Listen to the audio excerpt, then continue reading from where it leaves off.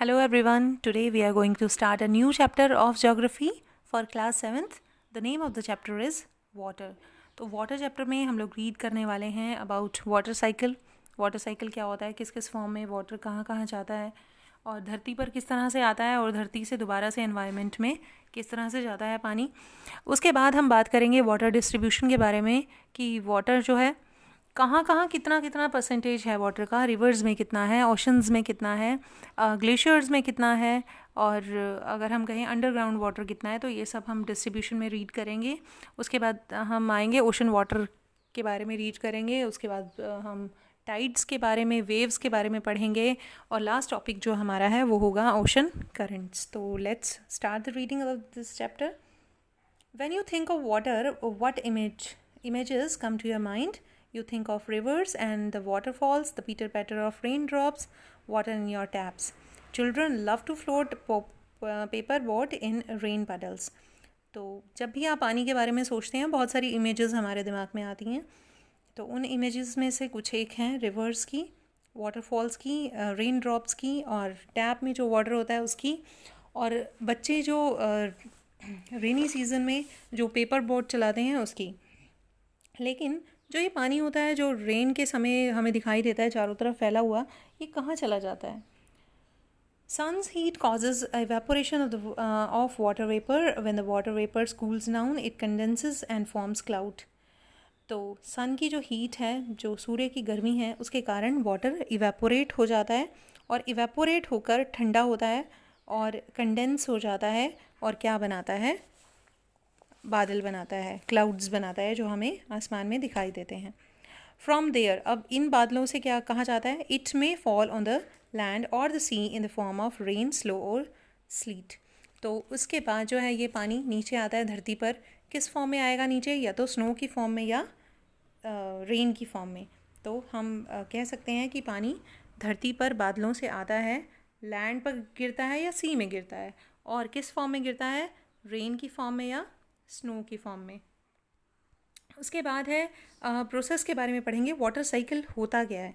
The process by which water contains continuously changes its form and circulates between ocean, atmosphere and land is known as water cycle. तो एक process, एक ऐसा process जिसमें water continuously अपनी forms change कर रहा है. Means वो कभी बर्फ़ बन जाता है, कभी वो ओशन वाटर बन जाता है, कभी वो रिवर वाटर बन जाता है, कभी वो ग्लेशियर बन जाता है.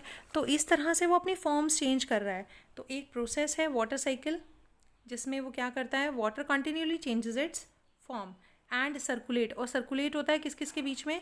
Ocean, atmosphere and land. यानी वो समुद्र में होता है, फिर वहाँ से इवेपोरेट होता है, इवेपोरेट होकर कहाँ पे चला जाता है? एटमॉस्फेयर में. एटमॉस्फेयर से दोबारा कहाँ पे आ जाता है? लैंड में. और लैंड से फिर कहाँ जाता है? ओशन में. कैसे? रिवर्स कहाँ मिलती हैं? ओशन में मिल जाती है ना बाद में जाके. तो इसीलिए हम कह सकते हैं कि लैंड से कहाँ जाता है वो? ओशन में. और ओशन से एनवायरनमेंट में और एनवायरनमेंट से दोबारा से वो कहाँ आता है? हमारी अर्थ के ऊपर आ जाता है, रेन की फॉर्म में या स्नो की फॉर्म में. तो ये प्रोसेस जो है ये चलता रहता है और इसीलिए इसको, ये कंटिन्यूली चल रहा है तो इसीलिए इसको हम क्या बोलेंगे? Water cycle. और इट इज़ एन इम्पॉर्टेंट, मैं बोलूँगी, डेफिनेशन है आपके लिए.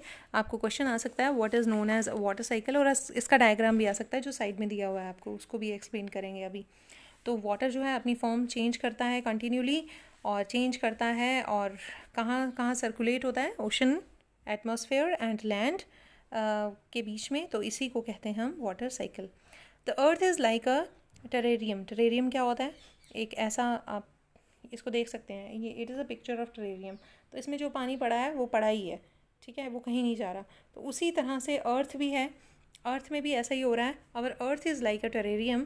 The same water that exist centuries ago still exist today.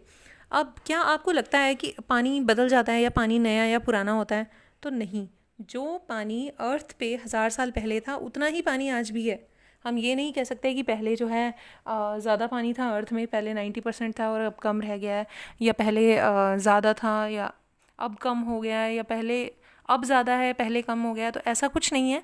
अर्थ के ऊपर उतना ही पानी आज भी है जितना पहले था, जितना 1000 साल पहले था, 100 साल पहले था, उतना ही पानी है.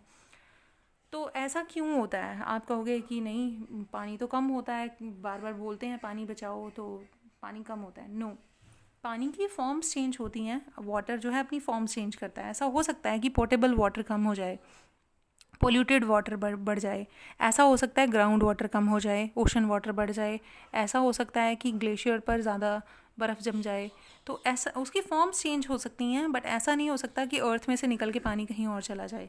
नहीं, अर्थ पर जितना पानी था वो आज भी उतना ही है। वो सेम जो है ये वाटर साइकिल का जो प्रोसेस है, इसके ज़रिए इवेपोरेट होता है, वो फिर से इन्वायरमेंट में जाता है और फिर से अर्थ के ऊपर ही आ रहा है। तो ये जो साइकिल है ये चलता आ रहा है, और इसीलिए हम कह सकते हैं कि अर्थ के ऊपर सेम वाटर है। The water used to irrigate a field in Haryana may have flowed down the Amazon river 100 years ago।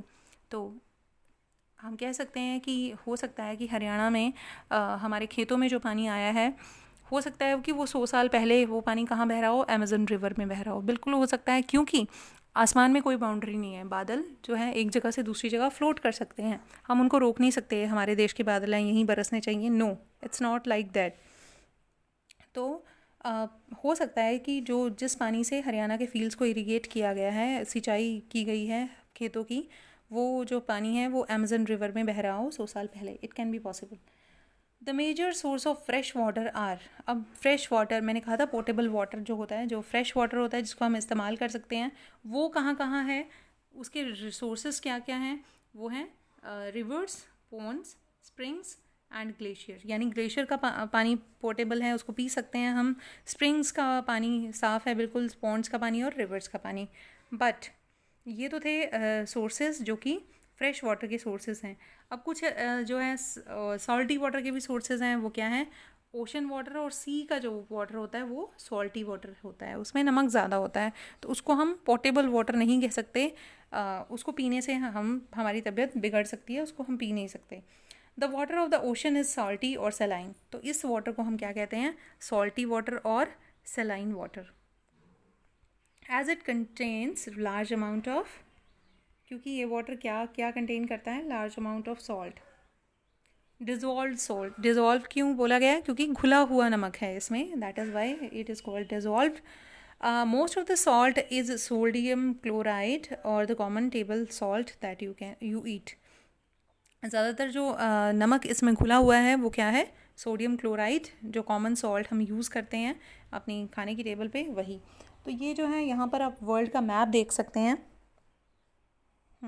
और इस वर्ल्ड के मैप में जो ब्लू पार्ट आपको दिखाई दे रहा है वो क्या है? टोटल वाटर है जो अर्थ के ऊपर प्रेजेंट है। तो आप देख सकते हैं कि कॉन्टिनेंट्स जो हैं उतना एरिया नहीं घेरे हुए हैं जितना कि वाटर। तो अर्थ के ऊपर बहुत ज़्यादा पानी है और जो लैंड एरिया है वो कम है। और अगर हम इस इम्बैलेंस कर दें इस चीज़ को, तो लैंड जो है वो ख़त्म हो सकती है। कोई भी लैंड ख़त्म हो सकती है अगर हम इस चीज़ को इम्बैलेंस कर दें। अगर पानी ओशन में ज़्यादा चला गया तो डेफिनेटली अर्थ का या लैंड का कुछ हिस्सा डूब जाएगा उसमें। उसके बाद हम नेक्स्ट पार्ट में करेंगे डिस्ट्रीब्यूशन ऑफ वाटर बॉडीज़, तो इसको नेक्स्ट पार्ट में कवर करेंगे। Till then bye bye. Hopefully आपको समझ आया होगा whatever I have said in this video।